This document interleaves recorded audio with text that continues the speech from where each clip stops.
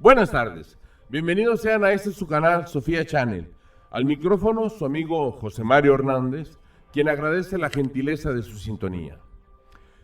El video que les he preparado para el día de hoy es un video que viene a cerrar el anterior análisis que hicimos de Platón y el hiperuranium.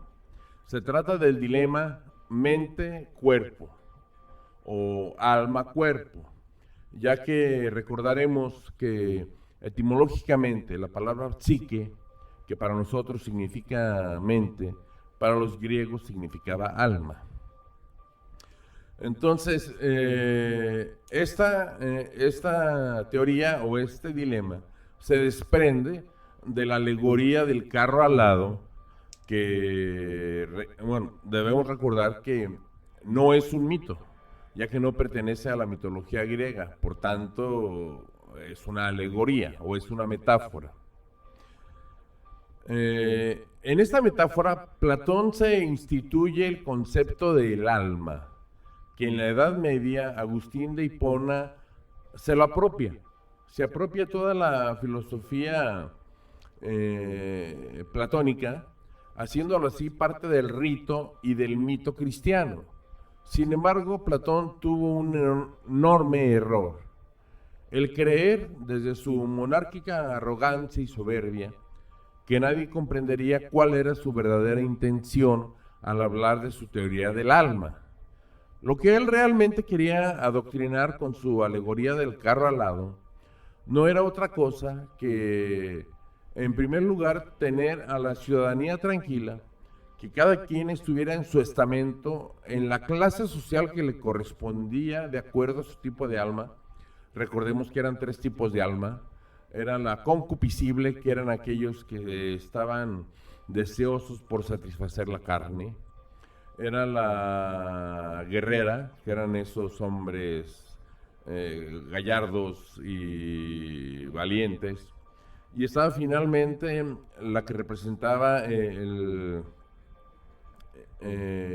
a los filósofos, que era la clase de los sabios, que según palabras de filósofos, solamente los filósofos deberían gobernar, porque ellos eran sabios y conocían más que el resto de los humanos.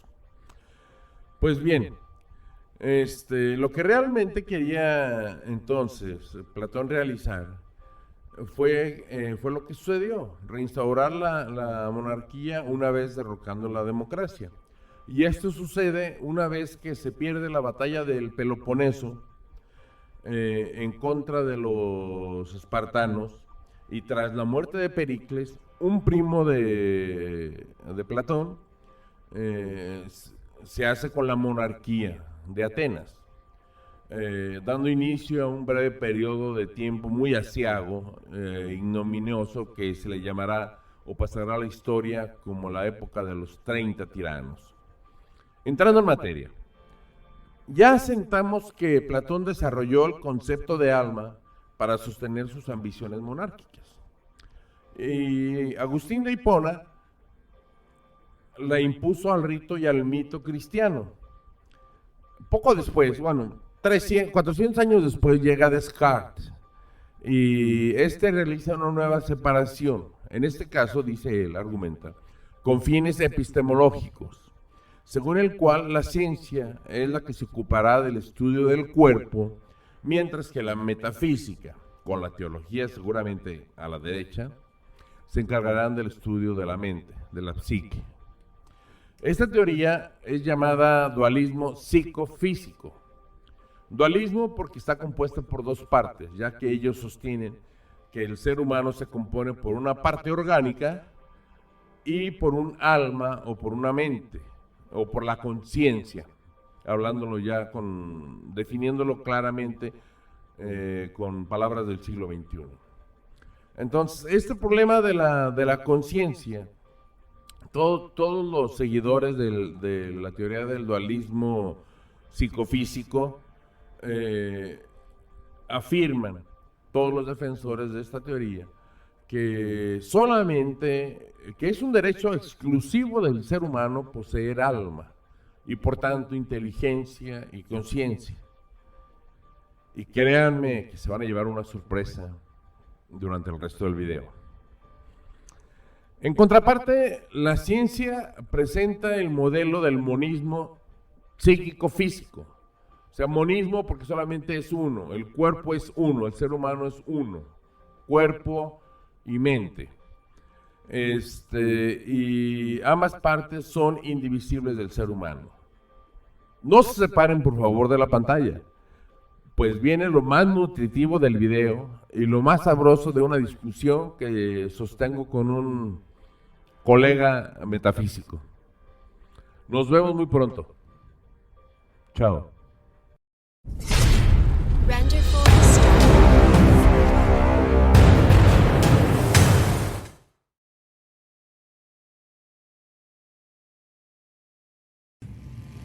Y quería empezar de nuevo. Nosotros proporcionamos esa posibilidad. ¿Por qué? ¿Por qué has hecho eso?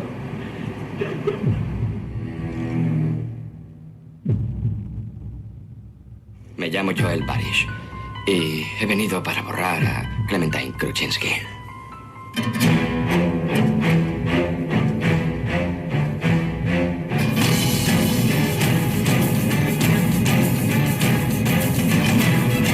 Por favor, déjeme conservar este recuerdo. Solo este. Antecedentes del dilema mente o psique-cerebro. ¿Cómo es que un conglomerado de materia, que es el cerebro, puede crear nuestro mundo mental? Se preguntaba Ward en el 2006. Dicho en otras palabras, ¿cómo es que la materia biológica puede originar, entre otros muchos fenómenos psíquicos, pensamientos, sentimientos, emociones y valores morales? ¿Cómo es que algo material se relaciona con algo inmaterial? Este es el propósito de este video. El revisar la evolución de los conceptos sobre la mente, el cerebro, la conciencia y la relación mente-cerebro, tanto en animales humanos como en otros tipos.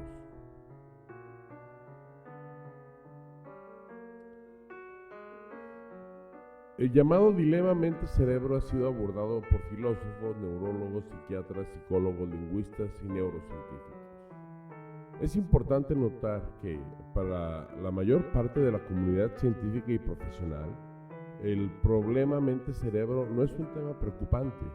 Un psicólogo clínico difícilmente cambiará sus técnicas de evaluación o intervención por motivo de algún descubrimiento en este ámbito.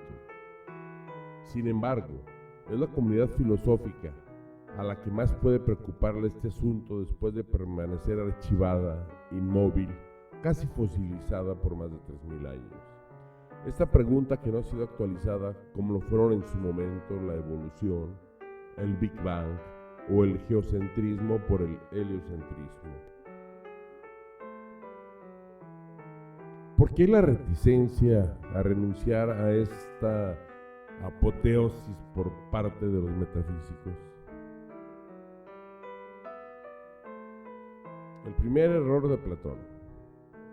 Dado que dentro de los procesos mentales superiores, uno de ellos es el que involucra al razonamiento. Y el razonamiento puede dividirse de manera empírica en tres maneras. El conocimiento.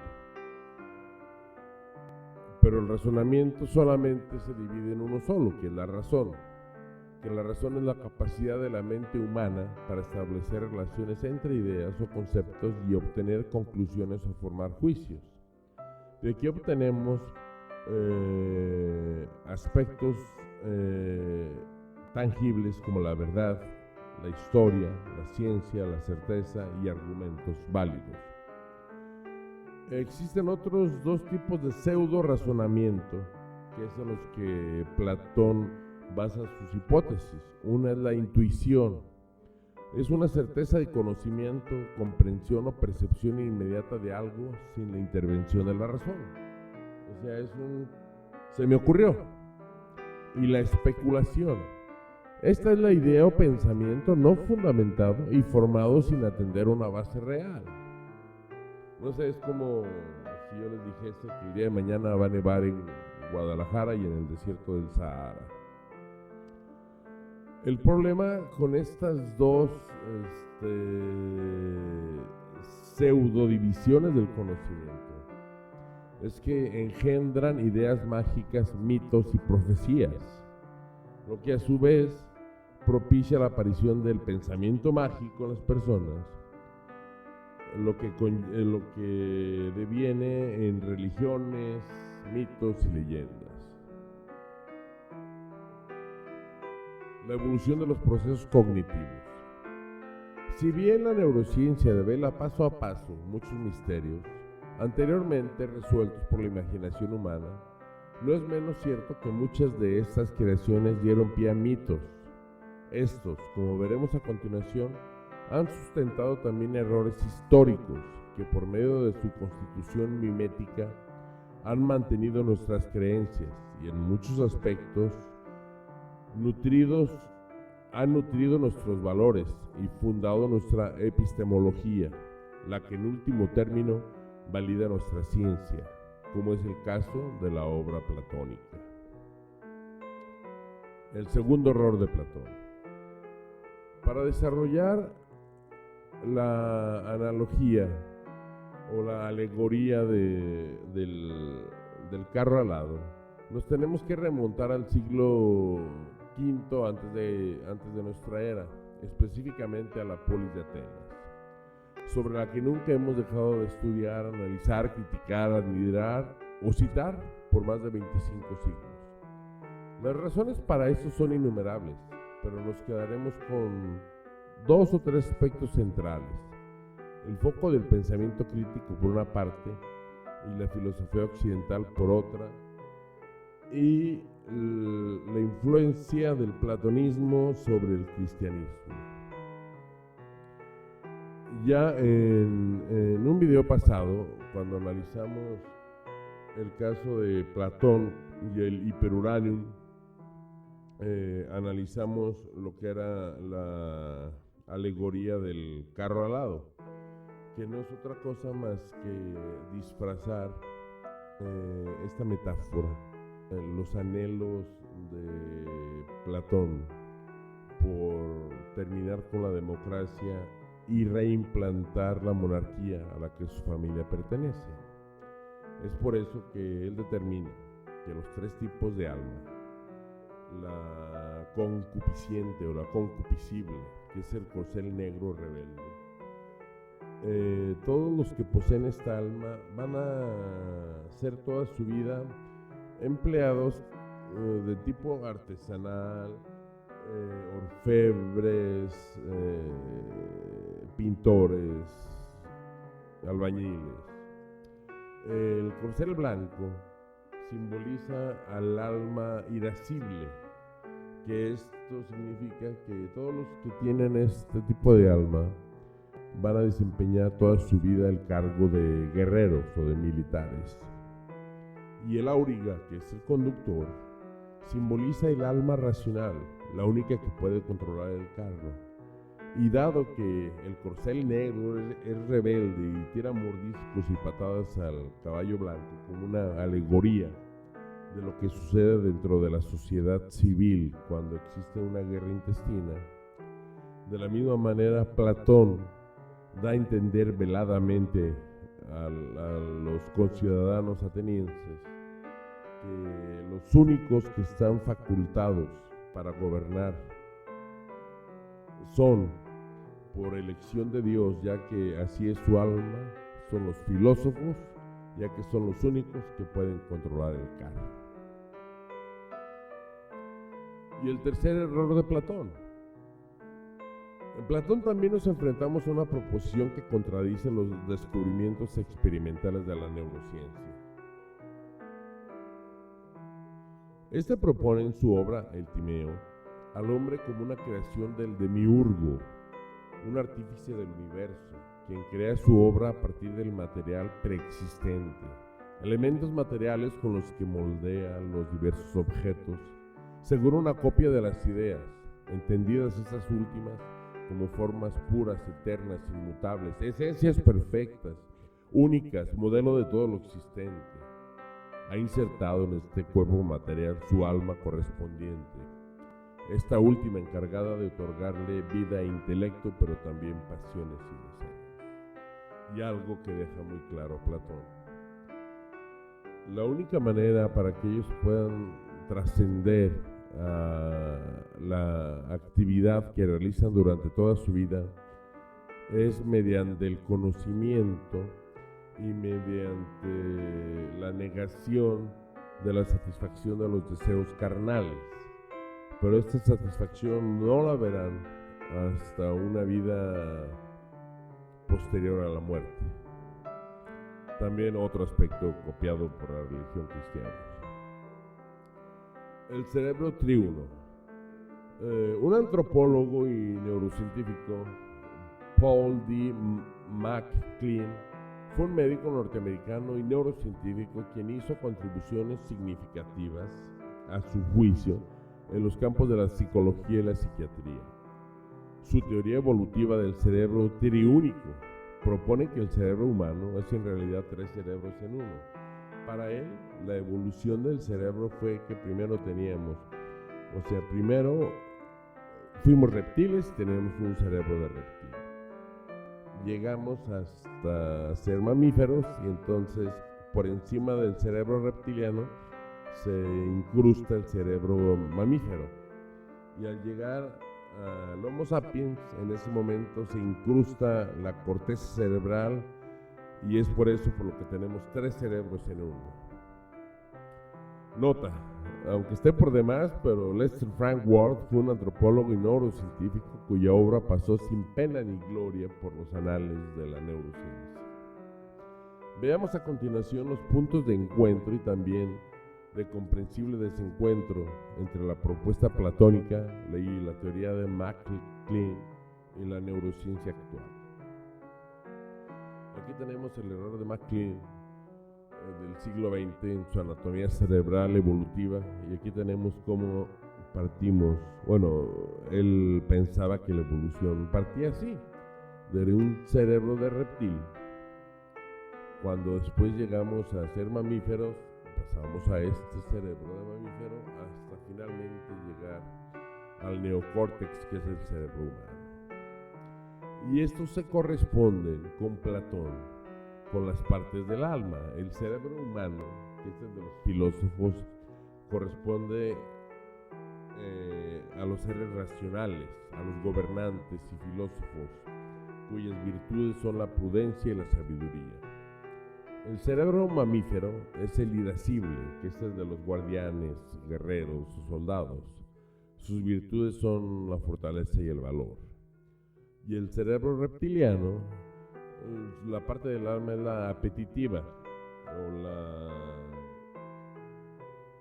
la apetitiva, para dejarlo así, pero la apetitiva de deseos carnales. Y las clases sociales son los artesanos y los labradores, y su única virtud es la templanza. Entonces, para que entre las partes del alma exista armonía, cada quien tiene que respetar el lugar que le ha sido condicionado eternamente de acuerdo a su alma. Y lo mismo tiene que suceder con las clases sociales para evitar que existan alzamientos y que la monarquía se desempeñe como siempre lo hizo, a su antojo. Un dilema infinito fruto de la cerrazón metafísica de la filosofía. Una de las ideas filosóficas más arraigadas en todas las culturas humanas, especialmente en las religiones monoteístas derivadas del judaísmo, es el dualismo psicofísico o psiconeural. Se le llama así dualismo porque ellos entienden que está compuesto el ser humano por 2 porciones: la parte física o la parte orgánica y la parte inmaterial, que es el alma. Por eso le llaman psicofísico, porque una parte, la psique, que es el alma, esa es inmaterial, y el físico es material y por lo tanto mortal. O psiconeural, porque ellos no logran distinguir entre lo que es el cerebro como un órgano y las funciones mismas que tiene el cerebro. No sé, es como cuando en la Edad Media las personas asignaban al corazón el amor romántico. Es más, algunos de los filósofos post-socráticos, si no me equivoco, Aristóteles pensaba, por tanto no diseccionaba nunca el corazón, porque él pensaba que en el corazón estaba el pensamiento. Genial. En fin, para el dualismo las mentes o almas ocupan los cuerpos, solamente los ocupan momentáneamente, ya que pueden vivir independientemente de estos. Precepto que a su vez le da sustento a la idea religiosa de la posibilidad de una trascendencia de la mente-alma más allá de la vida orgánica. Se acepta que los orígenes del dualismo en nuestra cultura se remontan a los de la filosofía griega de Platón, que ha sido incorporada a la mayoría de las religiones a través de San Agustín de Hipona, quien toma la filosofía platónica como propia y la inserta en el rito y en el mito cristiano. Pasarían 400 años más tarde, cuando Descartes hace una nueva escisión, pero según él con una finalidad epistemológica, y esta era que a través de la dicotomía mente-cuerpo, la ciencia sería la única encargada de estudiar el cuerpo, mientras que el estudio del alma estaba reservado exclusivamente a la teología y a la filosofía, específicamente a la metafísica. Wow, parece que lo tenemos arrinconado. Pero ni modo, arrinconado por la ciencia. La postura científica, el monismo. El monismo implica, viene de la raíz latina que significa monos, uno. Entonces, esto significa que el monismo psiconeural entendemos que es una sola entidad o una unidad indivisible, es el ser humano, o también llamado el materialismo, ya que considera que el ser humano es una única realidad con base material, negando la existencia de la mente como una entidad distinta del cerebro-cuerpo, considerando los fenómenos psíquicos, incluida la conciencia, y las experiencias afectivas como una propiedad emergente del sistema nervioso central. El monismo es tanto una consecuencia como uno de los fundamentos del pensamiento científico. Si bien el dualismo ha perdido vigor y vigencia en la medida que la ciencia viene refutando las bases experienciales y teóricas del dualismo, resulta paradójico que la Iglesia Católica y la metafísica asumieran otros errores, aunque no fue fácil. Han aceptado los siguientes errores: la teoría del heliocentrismo, la teoría de la evolución de las especies, el Big Bang, así como la física o la mecánica cuántica. Sin embargo, se empeñan en defender una hipótesis aún más caduca y la que llegó a la Iglesia desde Platón a través de San Agustín de Hipona. Me refiero nuevamente al concepto del alma. Una publicación en Science de Greg Miller que dice: ¿cuáles son las bases biológicas de la conciencia? Durante siglos, debatir sobre la naturaleza de la conciencia fue competencia exclusiva de los filósofos. Pero si el reciente torrente de libros sobre el tema es una indicación, se ha producido un cambio. Los científicos se están metiendo en el juego. Ha cambiado finalmente la naturaleza de la conciencia de una pregunta filosófica a una científica que puede resolverse haciendo experimentos. La respuesta, como con cualquier tema relacionado con este, depende de a quién le preguntes, pero el interés científico en esta pregunta resbaladiza y antigua parece estar cobrando impulso. Hasta ahora, sin embargo, aunque abundan las teorías, los datos duros son escasos. ¿Y cómo pueden los científicos, con su dedicación a la observación y mediciones objetivas, acceder al reino subjetivo de la conciencia inherentemente privada. Algunas percepciones provienen del examen de pacientes neurológicos cuyas lesiones han alterado su conciencia. El daño a ciertas estructuras evolutivamente antiguas en el tronco cerebral, que les roba a las personas la conciencia por completo, dejándolos en coma o en un estado vegetativo persistente. Aunque estas regiones pueden ser un interruptor maestro para la conciencia, es poco probable que sea su única fuente. Diferentes aspectos de la conciencia se generan probablemente en diferentes regiones del cerebro. El daño a las áreas visuales de la corteza cerebral, por ejemplo, puede producir déficits extraños limitados a la conciencia visual. Los procesos conscientes en el humano surgen espontáneamente, pero muestran intencionalidad, es decir, en su mayor parte cada uno trata de algo. Citando a Brentano en 1973. En cualquier momento dado, este contenido comprende una escena unificada que se puede configurar por una selección limitada de entradas sensoriales exógenas, por construcciones endógenas generadas a partir de memorias almacenadas o por alguna combinación de las dos. La conciencia es necesariamente subjetiva e interna. Así lo dejó claro Metzinger en el 2003. Y citando a Tulbing ahora, que dijo en el 87, pero su contenido a menudo se puede inferir del comportamiento animal o del informe verbal.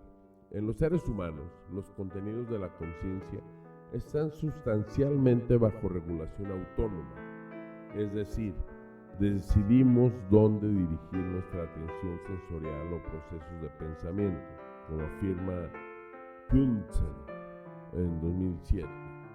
La conciencia de los actos o sentimientos parece ser esencial para establecer recuerdos episódicos a largo plazo. Esta era la frase de Tulbing del 87. Mucha evidencia muestra que en los mamíferos las estructuras neuronales requeridas para eventos conscientes específicas incluyen el tálamo y la corteza cerebral. Por ejemplo, los investigadores que usan técnicas de imágenes cerebrales pueden deducir con un grado significativo de éxito la distribución anatómica y temporal de la actividad neuronal generada en la corteza del sujeto. Este es el caso independientemente de si estos contenidos se evocan de forma endógena o por información sensorial, como reporta Kanwisher en el 2010. Además, las lesiones en el tálamo o la corteza o las interrupciones de su funcionamiento normal a través de diversas técnicas como la tomografía por emisión de positrones, como citan Norman y colaboradores en 2006, a menudo pueden detectar los contenidos de la conciencia en humanos. Así lo cita Bogen en el 95 y el 97. En breves palabras, la tomografía por emisión de positrones es una técnica utilizada para radioimagen. Es una técnica de medicina nuclear. Y es de medicina nuclear ya que se utiliza como medio de contraste los positrones. Un positrón no es otra cosa más que la antimateria. La antimateria es una partícula atómica cuya carga eléctrica es la contraria a la que debería de tener. Por ejemplo, el electrón que tiene carga negativa, en este caso, se le llama positrón porque tiene carga positiva.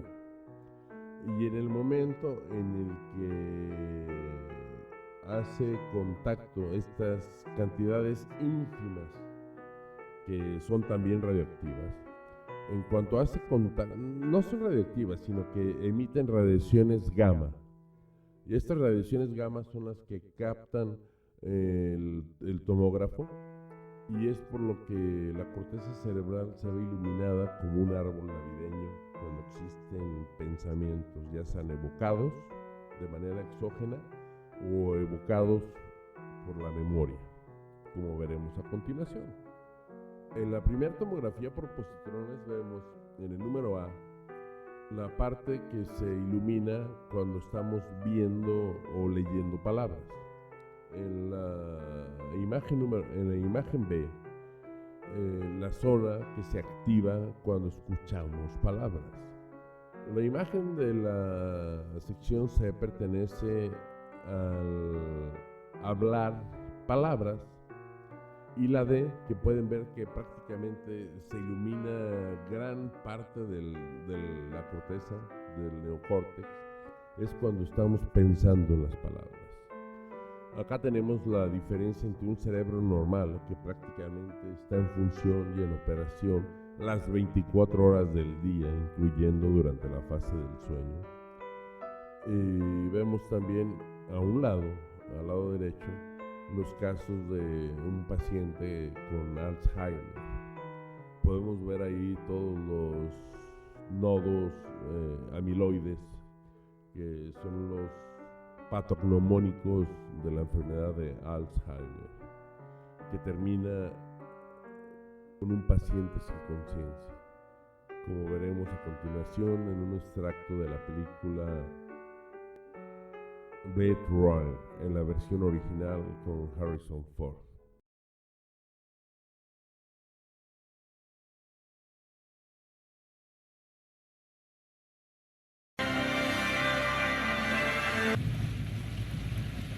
Lágrimas en la lluvia.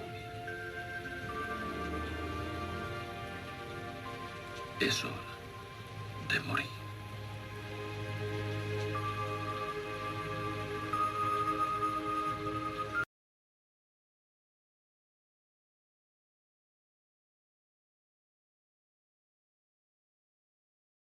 Por la mujer más bella y más inteligente que he conocido en toda mi vida. Gracias. Feliz cumpleaños. Les quiero. Recibamos a la doctora Alice Cox.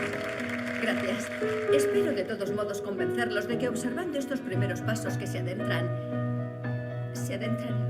Alice, ¿dónde cojones estás? He salido a correr. Pues espero que lo hayas pasado bien, porque has tirado por tierra nuestros planes de cenar con Susan Kirby.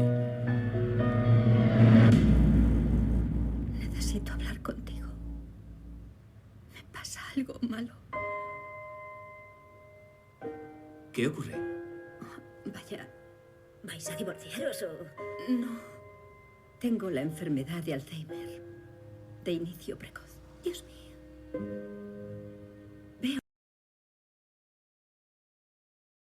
Investigación Francis Crick, Premio Nobel por el descubrimiento de la doble hélice del ADN. La conciencia en sí podría ser la expresión de un reducido número de neuronas, en particular de las que se proyectan desde la parte posterior del córtex hasta el córtex frontal, añaden los investigadores. Desde 1976, Francis Crick, autor del conocido libro La búsqueda científica del alma, se ha dedicado a estudiar el cerebro humano y a buscar las bases científicas de un objeto tan intangible como es la conciencia. La conciencia, que ha sido considerada durante mucho tiempo como un tema tabú y que ha permanecido excluida del ámbito científico hasta hace muy poco tiempo, cuando algunos científicos y premios Nobel, entre ellos Francis Crick, la convirtieron en objeto de investigación científica. Aún reconociendo que las investigaciones sobre el papel de las neuronas en la formación de la conciencia están en un estado primitivo, Francis Crick considera que el comportamiento de nuestro cerebro puede explicarse totalmente por la interacción de las células nerviosas, lo que ha verificado mediante la investigación que hace pública ahora, en el 50 aniversario del descubrimiento de la doble hélice del ADN. La investigación de Francis Crick, realizada conjuntamente con Christoph Koch, se basa en años de experimentación, incluidos estudios con pacientes que sufrían lesiones cerebrales, pruebas con animales e investigaciones psicológicas. La conciencia humana y la percepción de la individualidad se generan en un determinado espacio del cerebro, situado en la parte posterior del córtex, lo que convierte estos fenómenos en meros episodios de las reacciones bioquímicas del cerebro. Según una investigación realizada por el premio Nobel Francis Crick, uno de los descubridores de la estructura del ADN, que publica esto en la revista Nature Neuroscience. El córtex emerge como la región del cerebro donde se generan los procesos de la conciencia. Es una sofisticada e interconectada red neuronal que sustenta la percepción a través de nodos, que expresan cada uno de ellos un aspecto de la percepción. ¿Por qué los egos humanos parecen tan amenazados por la idea de que otros animales piensen y sientan? Así se pregunta Carl Safina, conservacionista marino y profesor de la Universidad de Long Island. Durante siglos ha existido un alejamiento claro del hombre con respecto a los animales, una idea de supremacía y diferenciación motivada por nuestra necesidad de sentirnos especiales, abonada en terreno religioso. Este sistema centrado en resaltar lo que nos separa y en encumbrarnos como especie ha supuesto un lastre a la hora de conseguir algo que sí nos caracteriza: la curiosidad y el impulso de conocer mejor el mundo en que vivimos. Cada año, millones de animales son sacrificados por la alimentación o la investigación, mercantilizados y sometidos a condiciones censurables. Dotarlos de conciencia y sentimientos genera un debate que puede dar pie a un cambio de enfoque, como ya ocurriera tiempo atrás con la lucha por los derechos civiles de las minorías oprimidas, o, sin ir más lejos, de las propias mujeres, aspectos que hoy se nos antojan inverosímiles, pero que eran una realidad aceptada en su momento. ¿Son conscientes los animales? La pregunta sobre la conciencia animal tiene su raíz en las discusiones sobre la naturaleza humana de la antigua Grecia. Filósofos de la talla de Aristóteles creía que solo los humanos eran seres racionales. Descartes, el francés por su parte, hablaba de reflejos en los animales, considerado que estos actuaban por medio de automatismos, siendo incapaces de padecer sufrimiento o de sentir emoción. ¿Cómo no lo atropellaron y lo dejaron en la calle tirado? Sir Charles Darwin fue el primer científico que planteó la idea de la evolución biológica a través de la selección natural. Aunque los inicios de la observación y la experimentación del mundo natural son antiguos, el estudio del comportamiento animal se mantuvo siempre en una proporción anecdótica.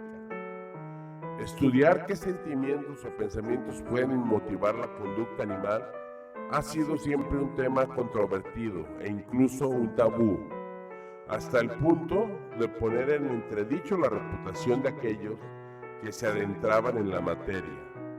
Es sonado el caso del biólogo Donald Griffin, respetado por sus descubrimientos del uso de la ecolocalización o sonar en los murciélagos.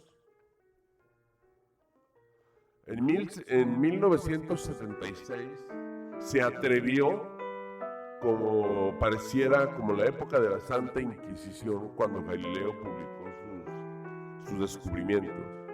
Así en el 76, no hace mucho tiempo, publicó el libro llamado Cuestión de la conciencia de los animales, donde defendía que el complejo comportamiento observado en las distintas especies no podía responder a meros automatismos. Estas primeras afirmaciones lo llevaron a perder, en primera instancia, la estima académica.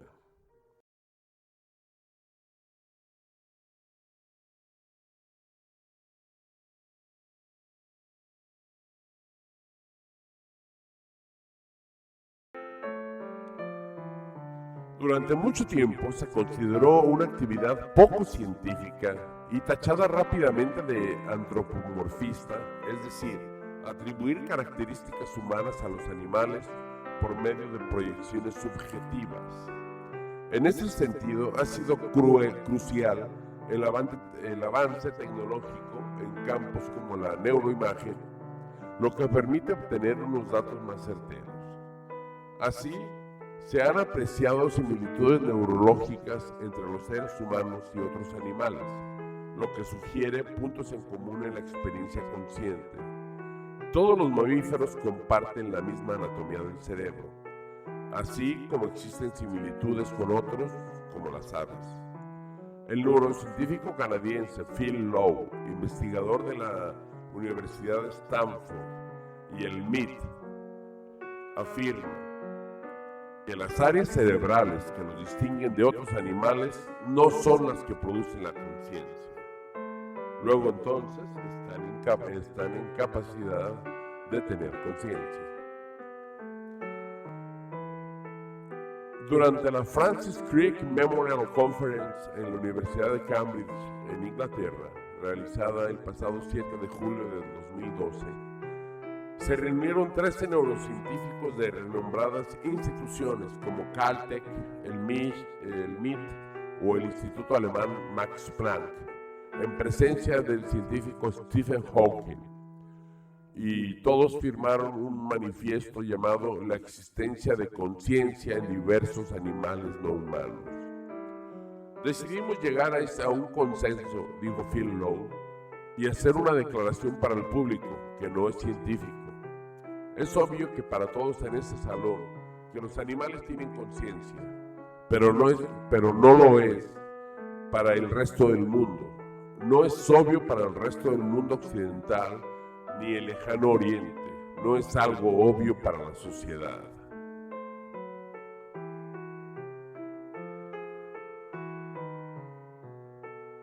La declaración concluye que los animales no humanos tienen conciencia. De la ausencia de neocórtex no parece concluirse que un organismo no experimente estados afectivos. Las evidencias convergentes indican que los animales no humanos tienen los sustratos neuroanatómicos, neuroquímicos y neurofisiológicos de los estados de la conciencia, junto con la capacidad de exhibir conductas intencionales. Consecuentemente, el grueso de la evidencia indica que los humanos no somos los únicos en poseer la base neurológica que da lugar a la conciencia. Los animales no humanos, incluyendo a todos los mamíferos y pájaros, y otras muchas criaturas, incluyendo a los pulpos, también poseen estos sustratos neurológicos.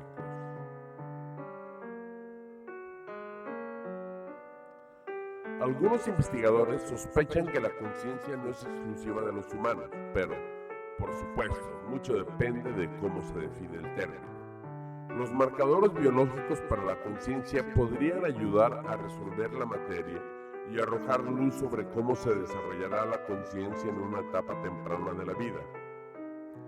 Dichos marcadores también podrían informar decisiones médicas sobre seres queridos que se encuentran en un estado sin respuesta. Hasta hace poco, abordar el tema de la conciencia era un movimiento dudoso de la carrera de cualquier científico, sin titularidad y tal vez un premio Nobel ya en la bolsa. Afortunadamente, más investigadores jóvenes ahora se están uniendo a la refriega. Las preguntas sin respuestas deben mantenerlos ocupados y las imprentas ocupadas durante muchos años. Ahora bien, ¿tienen conciencia los insectos?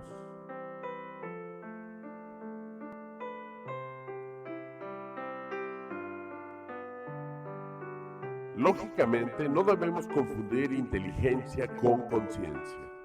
Nadie duda de la inteligencia de los insectos, pues es sobradamente conocido la capacidad de algunos de ellos para actuar como estrategas bélicos o bien como exploradores en busca de alimento.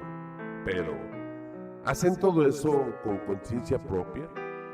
¿Son capaces de percibir el entorno en primera persona? ¿Qué es la conciencia?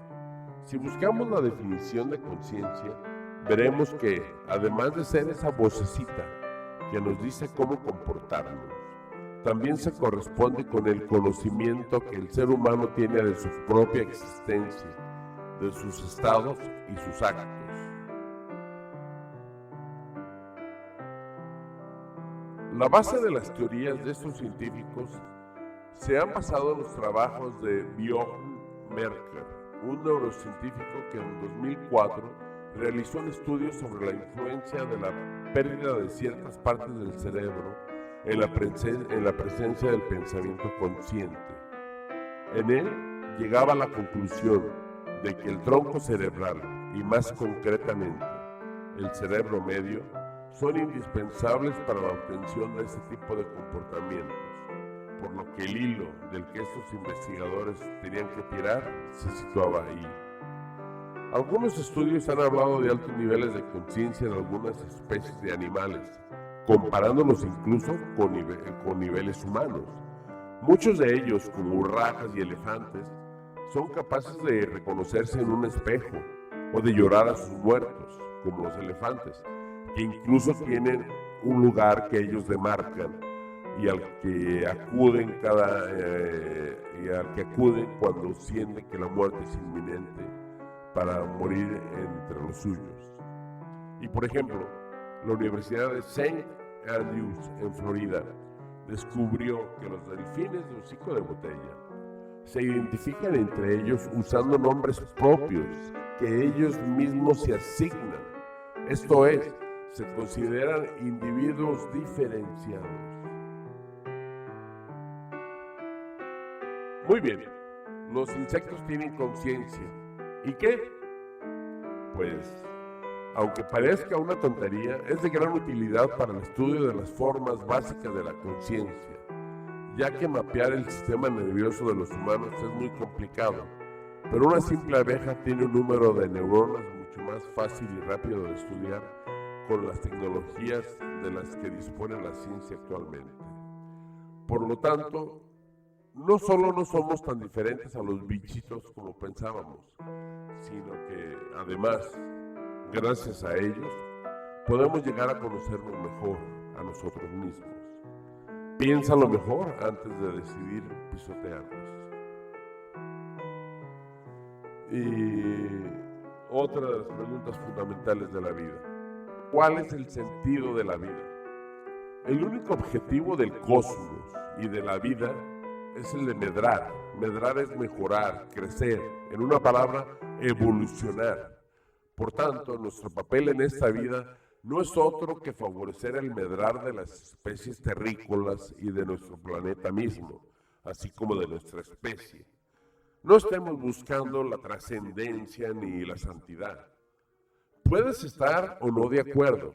En caso que la respuesta sea negativa, solo te pido no estorbar y hacerte a un lado.